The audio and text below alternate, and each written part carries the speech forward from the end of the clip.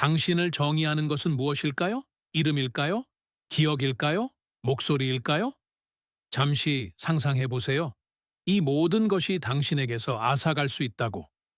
타격이나 질병 때문이 아니라 당신의 정신이 열 조각으로 산산이 조각날 정도로 극심한 공포에 휩싸인다고. 이건 허구가 아닙니다. 1888년 의학계에 인간 정체성의 본질에 대한 의문을 제기하게 만든 루이 비베의 진실되고 어둡고 극도로 기괴한 이야기입니다. 1880년대 프랑스는 진보와 빈곤이 뒤섞인 용광로였습니다. 루이 비베와 같은 젊은이에게 삶은 고된 나날의 연속이었고 겨우 빵값만 벌 수 있는 고된 노동이었습니다. 어떤 이들은 그를 문제 많은 어쩌면 불안정한 젊은이라고 묘사했지만 땡볕 아래 들판이나 어둑한 작업장의 먼지 속에서 보내야 하는 앞날이 보이지 않는 삶의 상황을 고려하면 그렇지 않은 사람이 누가 있겠습니까? 그는 본질적으로 아무것도 아닌 존재, 프랑스 제3공화국의 노동자 집단 속 익명의 얼굴 중 하나일 뿐이었습니다. 하지만 운명, 혹은 어쩌면 그의 정신에 있는 끔찍한 결함이 그를 잊을 수 없는 존재로 만들려 하고 있었습니다. 그의 운명을 결정지은 그날은 다른 날과 마찬가지로 숨 막히고 평범한 하루로 시작되었습니다. 루이 비베는 보도원이나 들판에서 일하고 있었는데 바로 그때 결정적인 사건이 발생했습니다. 정확한 역사적 기록은 각기 다르지만 그 본질은 끔찍했습니다. 갑작스럽고 예리한 공포였습니다. 가장 끈질긴 이야기는 독사에 대한 것입니다. 마른 풀밭에서 재빠른 움직임, 쉬익 하는 소리, 공격 태세를 취하는 파충류의 모습. 루이에게 그 순간은 마치 종말과도 같았다. 비명이 목구멍까지 차올랐다. 세상이 빙빙 돌았다. 공포는 너무나 극심하고 마비될 듯해서 온몸이 그대로 움직였다. 물린 것도 다친 것도 아니었다.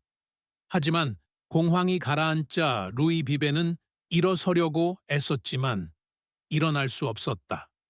다리가 움직이지 않았다. 허리 아래는 세상과 단절된 듯했다. 마비는 순식간에 완전히 사라졌다. 충격은 그의 정신에만 영향을 미친 것이 아니라 몸과의 연결마저 끊어버렸다. 순식간에 젊은 노동자는 불구가 되고 짐이 되고 의학적 미스터리가 되었다. 당시 신경학의 어둠 속에서 여전히 헤매던 의학은 아무런 해답도 찾지 못했습니다. 그는 몸과 마음이 설명할 수 없이 쇠약해진 다른 수많은 사람들처럼 정신병원이라는 차갑고 비인간적인 자선의 손길에 맡겨졌습니다. 기록에 따르면 보네발이나 로슈포르 같은 곳에 수용되었던 것으로 보입니다. 그 벽 안에서의 삶은 단조로움과 절망의 악몽이었습니다. 은은한 소독약 냄새가 씻지 않은 시체 냄새와 뒤섞였고 돌복도에 메아리치는 발소리, 멀리서 들려오는 다른 환자들의 울음소리가 들렸습니다. 루이는 이런 상태로 몇 달, 어쩌면 1년 이상을 보냈습니다. 그는 온순하고 무기력한 환자로 휠체어나 딱딱한 침대에 갇혔습니다. 그의 마비는 완전히 진행되었습니다. 의사들은 그를 쿡쿡 찌르고 약한 정이 충격을 가하고 수치료를 시도했지만 소용없었습니다. 그는 히스테리라는 이해할 수 없는 모든 것에 사용되는 모호한 진단으로 인해 희망을 잃은 환자였습니다. 그러던 어느 날 불가능한 일이 일어났습니다. 점진적인 회복이 아니었습니다. 폭발이었습니다. 어쩌면 다른 공포증이나 실험적 치료 혹은 내부 경련 때문일지도 모른다. 마비되고 무감각해진 루이 비베는 갑자기 몸을 비틀고 비명을 지르며 충격적인 격정으로 일어섰다. 그는 걸어갔다. 현장으로 달려간 간호사와 의사들은 어리둥절했지만 회복의 충격은 곧바로 더 큰 공포로 바뀌었다. 일어선 남자는 루이 비베가 아니었다. 그의 눈은 달랐고 차가운 분노와 루이의 것이 아닌 혼란으로 가득 차 있었다.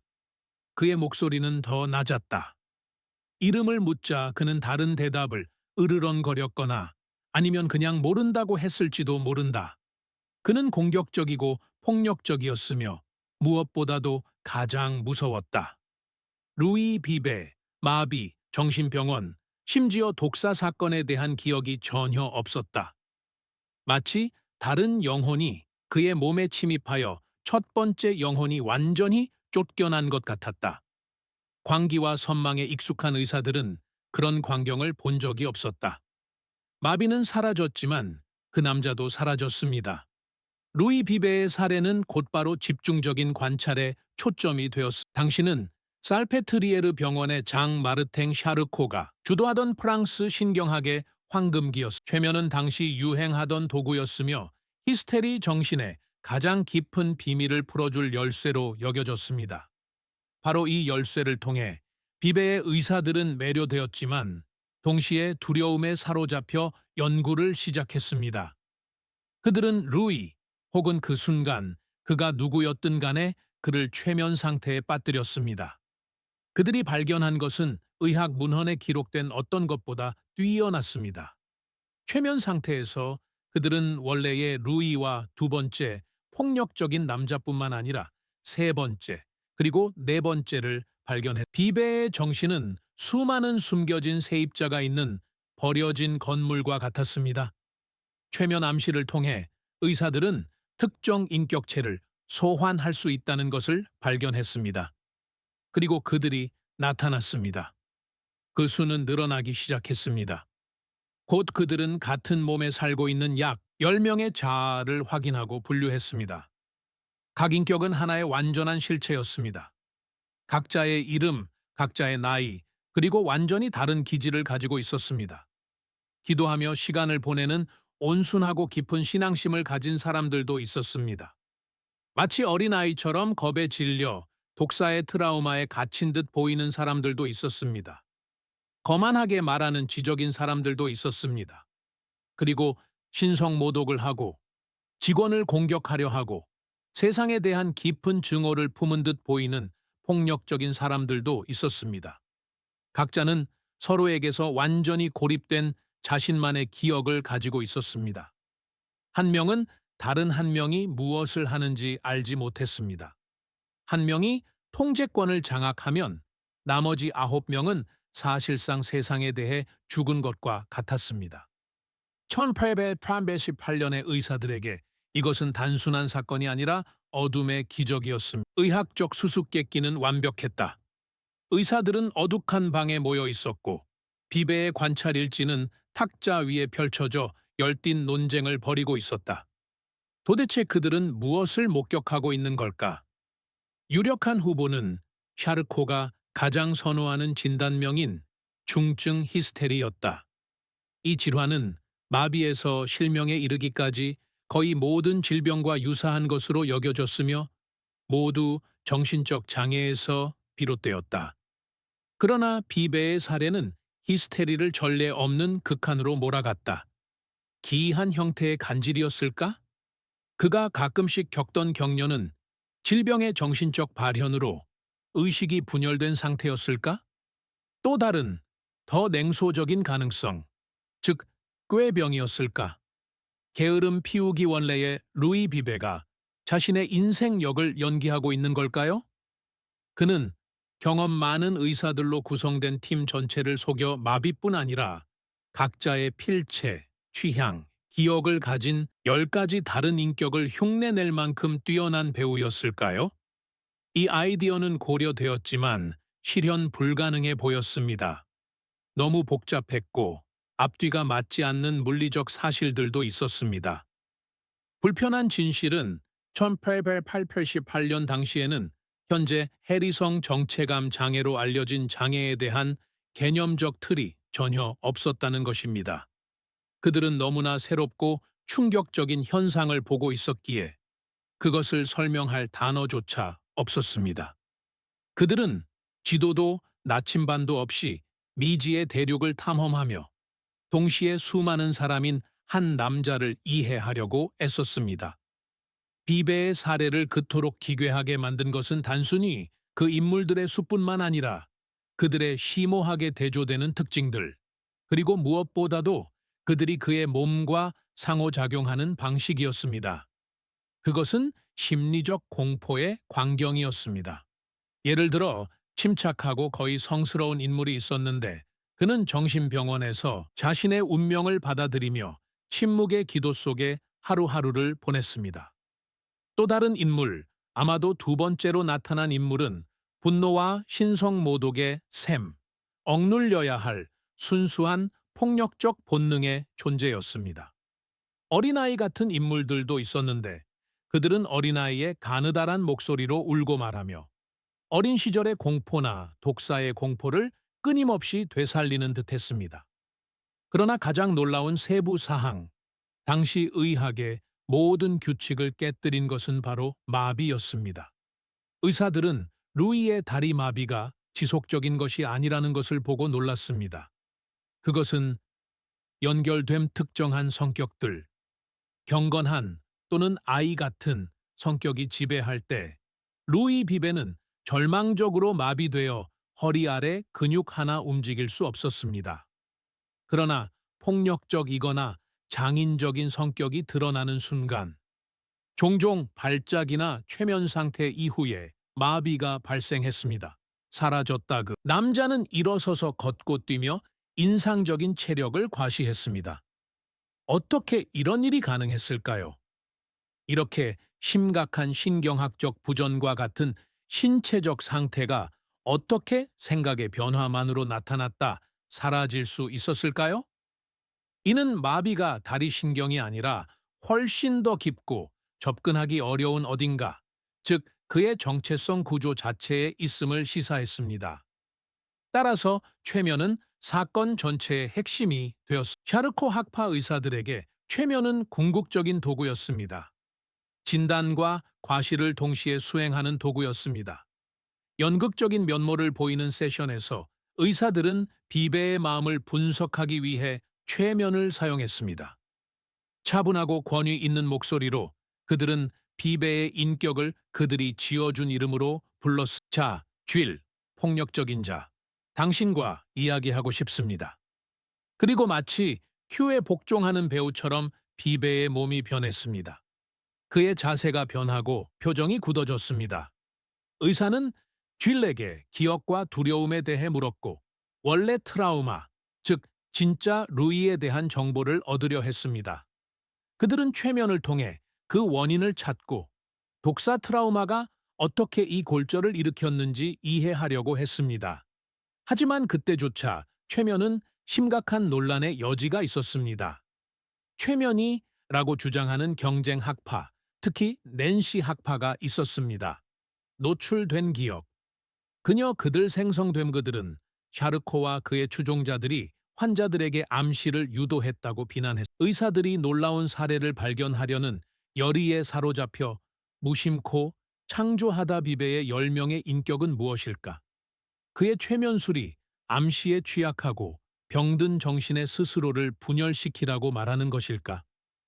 이 의문은 사건 전체를 맴돌며 불길한 미스터리를 더했다. 의사들은 객관적인 관찰자였을까? 아니면 그들 스스로가 이 망가진 정신을 만든 것일까? 논란에도 불구하고 사건은 폭발했습니다. 루이 비베는 더 이상 환자일 수 없게 되었고 의학계의 유명 인사, 과학계의 괴물이 되었습니다. 그의 사례는 정신병원의 벽 안에만 가두기에는 너무나 극적이었습니다. 그는 의학 학회에서 발표되었습니다. 그 장면을 상상해 보십시오.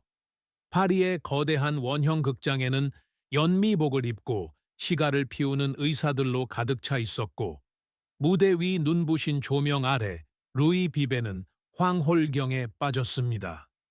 저명한 의사는 마술사가 마술을 선보이듯 자신의 발견을 증명하며 관객들에게 다양한 인격을 소환했습니다. 보세요. 이제 그는 마비되었습니다. 이제 말 한마디로 걸어 다닙니다. 이제 그는 성인입니다. 이제 그는 악마입니다. 그의 분열상을 면밀히 분석하는 기사들이 쏟아졌습니다. 그는 카 비베, 르카트 비베. 즉 2중, 3중, 10중 히스테리의 결정적인 사례가 되었습니다.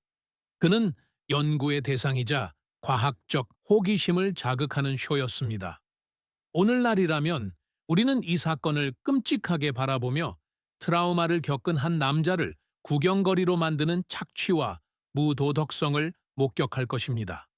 하지만 끊임없는 호기심과 일종의 실증주의적 오만함으로 이끌렸던 1888년 의학계의 비배는 보물과도 같았습니다. 그는 정신의 숨겨진 힘을 보여주는 살아있는 증거였고, 루이 자신이 치러야 할 인간적 대계도 불구하고 그들은 그를 철저히 연구할 것입니다.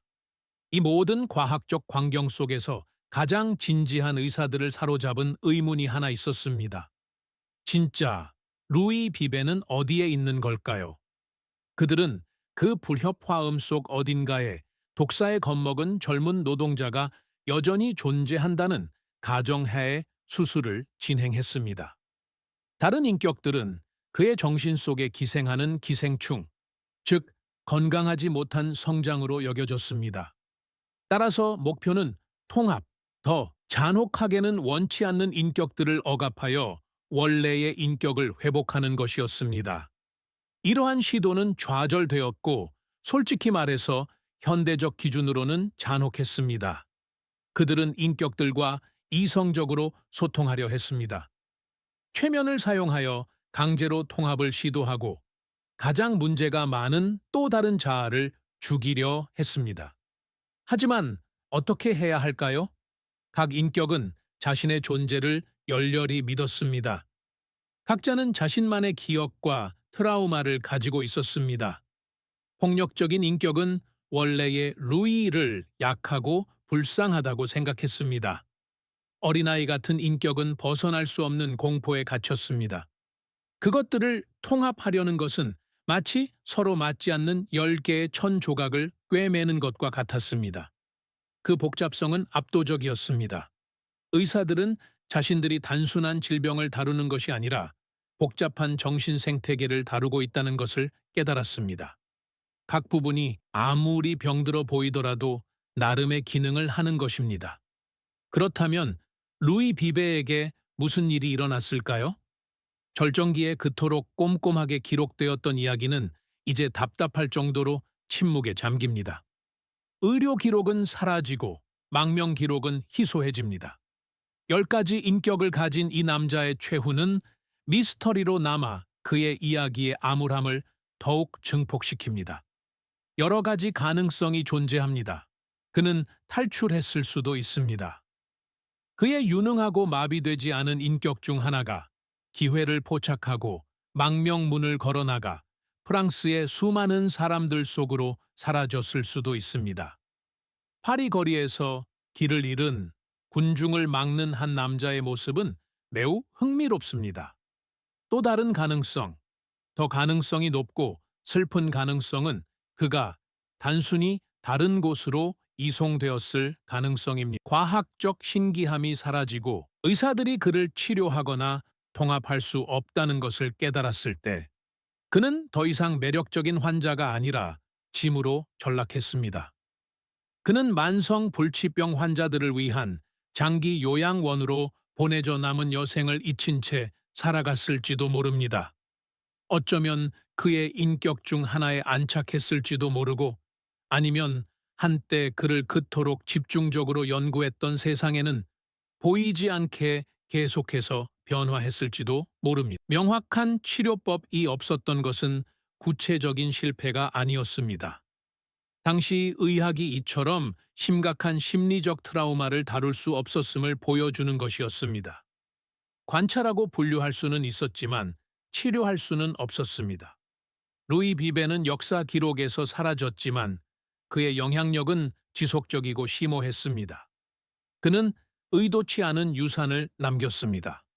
비록 1888년 당시 의사들이 오해하고 심지어 잘못 해석했을지도 모르지만 이 사례는 심각한 해리증에 대한 최초의 현대 사례 연구 중 하나로 이처럼 상세하게 기록되었습니다. 그에 대해 쓰인 기사들, 그의 다양한 성격, 기억, 그리고 신체 상태에 대한 꼼꼼한 기록들은 사라지지 않았습니다. 피에르 자네와 같은 새로운 세대의 심리학자와 정신과 의사들이 이 기록을 읽었고, 그들은 트라우마로 인한 의식의 붕괴에 대한 이론을 세우기 시작했습니다. 비베 사례는 잔잔한 호수에 던진 돌멩이와 같았고, 그 잔물결은 19세기 프랑스를 넘어 멀리까지 퍼져나갔습니다. 이 사건은 의학계로 하여금 매우 불편한 진실, 즉 우리 모두가 단일하고 안정적이라고 생각하는 자아라는 인간의 정체성이 사실 연약한 구조물이라는 사실을 직시하게 만들었습니다. 루이 비베 사건은 해리, 트라우마, 그리고 한 세기 후 해리성 정체감 장애 dissociative identity disorder로 명명될 장애에 대한 미래 이해의 토대를 마련했습니다. 루이 비베는 세월의 안개 속에서 사라졌을지 모르지만 그의 기이하고 비극적인 이야기는 현대 정신의학의 근간을 이루는 유령 같은 기둥이 되었습니다. 이 이야기에 감동하셨다면 좋아요를 눌러주시고 채널을 구독해 주시고 가장 좋았던 부분을 아래에 댓글로 남겨주세요. 여러분의 의견은 저희에게 매우 소중합니다. 감동적인 이야기가 필요한 누군가에게 이 영상을 공유해 주세요. 다음에 또 만나요.